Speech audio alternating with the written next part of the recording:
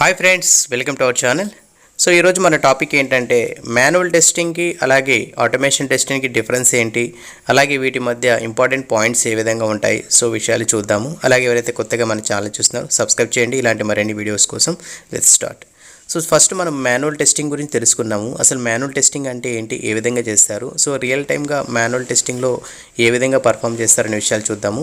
So definition విషయానికి వస్తే manual testing is a testing where the tester can test the application without any knowledge of any programming language. So next point వచ్చి in manual testing the test engine test the application like a user to make it bug free or stable. So ఇది మనకు జనరల్గా definition. So for example ఇంటర్వ్యూస్లో కూడా మనకు manual testing అంటే ఏంటి అని అడిగినప్పుడు ఈ డెఫినేషన్ చెప్తే సరిపోతుంది. సో ఇంకా రియల్ టైం ఎగ్జాంపుల్లో నేను ఎక్స్ప్లెయిన్ చేస్తాను మాన్యువల్ టెస్టింగ్ గురించి. జనరల్గా మనకి మాన్యువల్ టెస్టింగ్ అంటే ఏదైనా అప్లికేషన్ కానీ సాఫ్ట్వేర్ని కానీ సో ఎలాంటి ప్రోగ్రామింగ్ లాంగ్వేజెస్ కానీ అలాగే స్క్రిప్టింగ్ లాంగ్వేజ్ యూస్ చేయకుండా టెస్ట్ చేసే ప్రాసెస్ని మాన్యువల్ టెస్టింగ్ అంటారు. సో మన డెఫినేషన్లో కూడా చూసాం కదా. సో ఇంకా రియల్ టైంలో చూసుకుంటే ఏదైనా అప్లికేషన్ ఉందనుకోండి, లాగిన్ పేజ్ ఉందనుకోండి, సో మాన్యువల్గా యూజర్ నేమ్ని పాస్వర్డ్ని ఎంటర్ చేసి లాగిన్ బటన్ని సబ్మిట్ చేయడము, అలాగే ఇన్వాలిడ్ యూజర్ డీటెయిల్స్ ఇవ్వడము, so negative scenarios plus positive scenarios cover చేయడము, సో అలాగే డ్రాప్ డౌన్ బటన్స్ కానీ scroll up scroll down buttons కానీ అలాగే ట్రాక్ చేయడము, సో సబ్మిట్ బటన్స్, ఇలాంటి ఆల్ బటన్స్ని మనం మాన్యువల్గా టెస్ట్ చేస్తాము. సో ఈ టెస్ట్ చేసే ప్రాసెస్ని మాన్యువల్ టెస్టింగ్ అంటారు. సో మాన్యువల్ టెస్టింగ్ ఏ విధంగా చేస్తారు అంటే so based on the requirement. So మనకి రిక్వైర్మెంట్ ఏంటి, సో రిక్వైర్మెంట్ని అర్థం చేసుకోవాలి. అలాగే ఎక్స్పెక్టెడ్ బిహేవియర్ ఏంటి, సో యాక్చువల్ బిహేవియర్ ఏ విధంగా ఉంది, సో ఎక్స్పెక్టేషన్స్ ఏ విధంగా ఉన్నాయి ఈ అప్లికేషన్ మీద లేదా సాఫ్ట్వేర్ మీద. సో ఫస్ట్ వీటి గురించి తెలుసుకొని ఒక డాక్యుమెంట్ని రాసుకుంటారు. సో ఈ డాక్యుమెంట్లో ఏం రాసుకుంటాము, సో టెస్ట్ సినారియోస్ రాసుకుంటాము. టెస్ట్ సినారియోకి సో మల్టిపుల్ టెస్ట్ కేసెస్ని రాసుకుంటాము.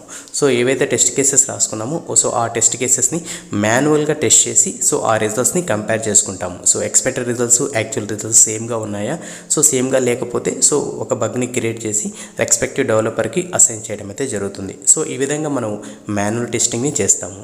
సో నెక్స్ట్ ఆటోమేషన్ టెస్టింగ్ విషయానికి వస్తే ఫస్ట్ మనం ఆటోమేషన్ టెస్టింగ్కి సంబంధించిన ఒక డెఫినేషన్ చూద్దాం.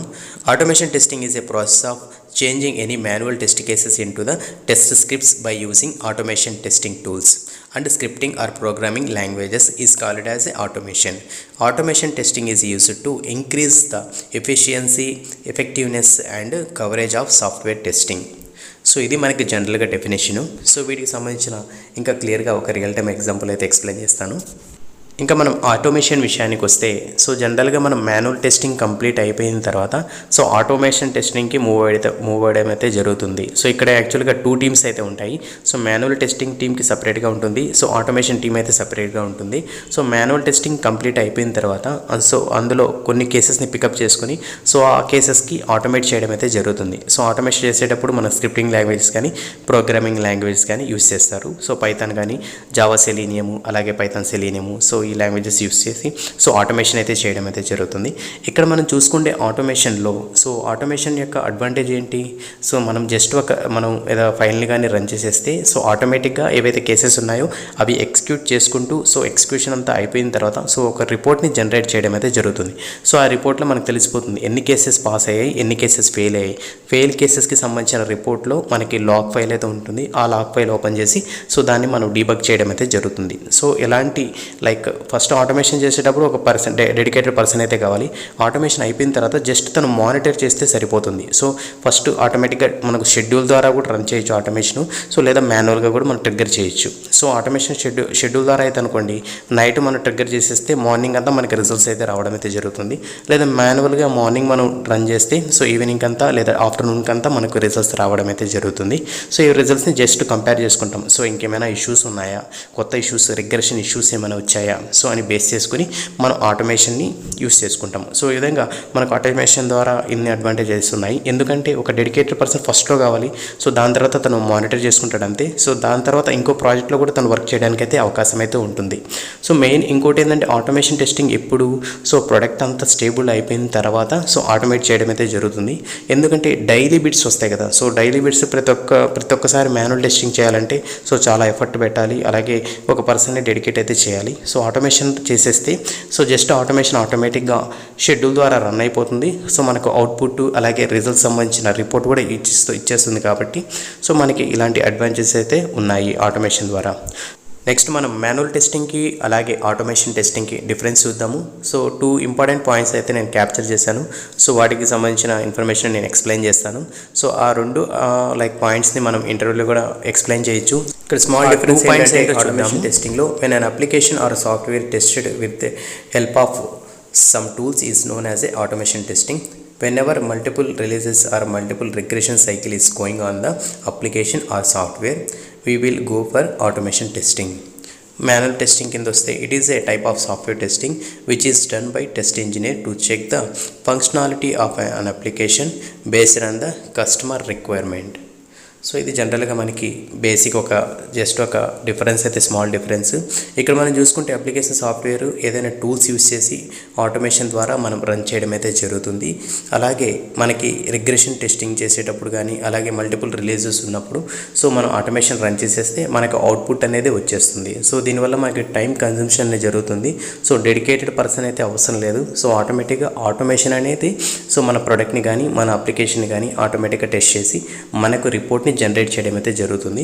బట్ ఇక్కడ చూసుకుంటే మనకు బేస్డ్ ఆన్ ద రిక్వైర్మెంట్ని మాన్యువల్గా టెస్ట్ చేయడం అయితే జరుగుతుంది.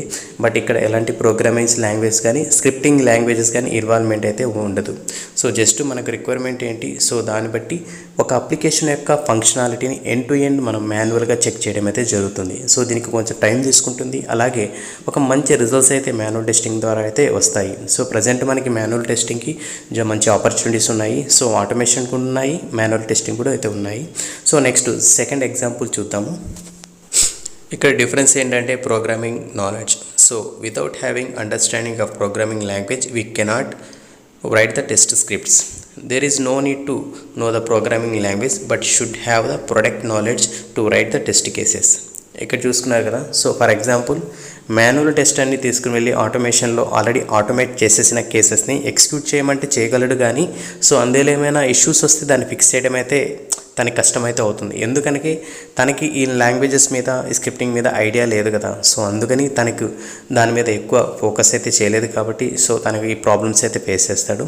బట్ ఆటోమేషన్ టెస్టింగ్ ద్వారా ఎవరైతే ఆటోమేషన్ టెస్ట్ ఇంజనీర్ ఎవరైతే డెవలప్ చేశారో తనైతే తొందరగా రిజాల్వ్ చేయడం కానీ అలాగే కొత్త ఫ్రేమ్వర్క్ రాయడం కానీ అలాగే టెస్ట్ కేసెస్ని ఆటోమేట్ చేయడం కానీ తను ఈజీగా చేయగలడు. ఎందుకంటే తనకు లాంగ్వేజ్ తెలుసు కాబట్టి.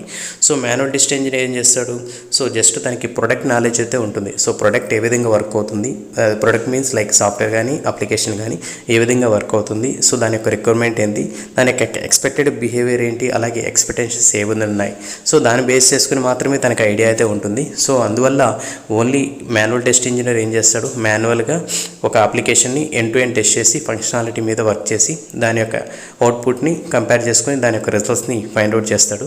So automation test engineer so just తన బేసిక్ ఐడియా అయితే ఉంటుంది. సో ఎందుకంటే ఆల్రెడీ ఏవైతే కేసెస్ ఉన్నాయో దాన్నే తను ఆటోమేట్ చేస్తాడేమో కానీ కొత్తగా మళ్ళీ రాసి చేయడం అనేది ఉండదు. ఎందుకంటే based on the manual test engineer ఏవైతే కేసెస్ రాశాడో దాన్ని పిక్ చేసుకుని దాన్ని మాత్రమే తను ఆటోమేట్ చేస్తాడు.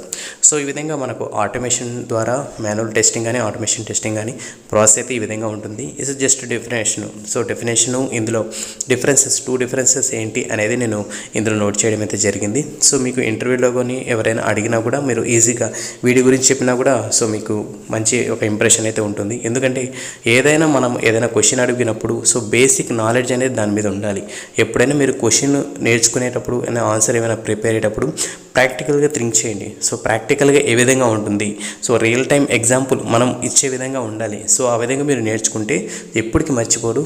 సో మీరు మీ జూనియర్స్ కూడా ట్రైనింగ్ చేసుకోవచ్చు. అలాగే మీ ట్రైనింగ్ సెంటర్స్ కానీ లైక్ దాంట్లో కూడా పార్టిసిపేట్ చేయడము. సో ఇలాంటి ఫ్యూచర్లో మీరు చాలా యాక్టివిటీస్ మీరు చేయొచ్చు. సో ఈ విధంగా మనం జనరల్గా సాఫ్ట్వేర్ టెస్టింగ్లో మాన్యువల్ టెస్టింగ్ అనేది సాఫ్ట్వేర్ టెస్టింగ్ బోత్ ఉంటాయి. Like manual testing and automation testing అయితే ఉంటాయి. సో ఈ విధంగా మనకు రియల్ టైంలో మనకు సాఫ్ట్వేర్ కంపెనీస్లో ఈ విధంగా వాళ్ళ యొక్క రోల్స్ బేస్ చేసుకొని వాళ్ళు వర్క్ చేయడం అయితే జరుగుతుంది. సో ఇది ఫ్రెండ్స్ ఈరోజు వీడియో. సో ఈ వీడియో మీకు నచ్చినట్టయితే లైక్ చేయండి, అలాగే షేర్ చేయండి. సో మీ ఫ్రెండ్స్ కూడా సజెస్ట్ చేయండి. మీ సపోర్ట్ ఎప్పుడున్నాను కోరుకుంటున్నాను. సో నెక్స్ట్ వీడియోలో మళ్ళీ మనం కలుద్దాం. సో అంతవరకు keep smiling. Bye. Have a nice day.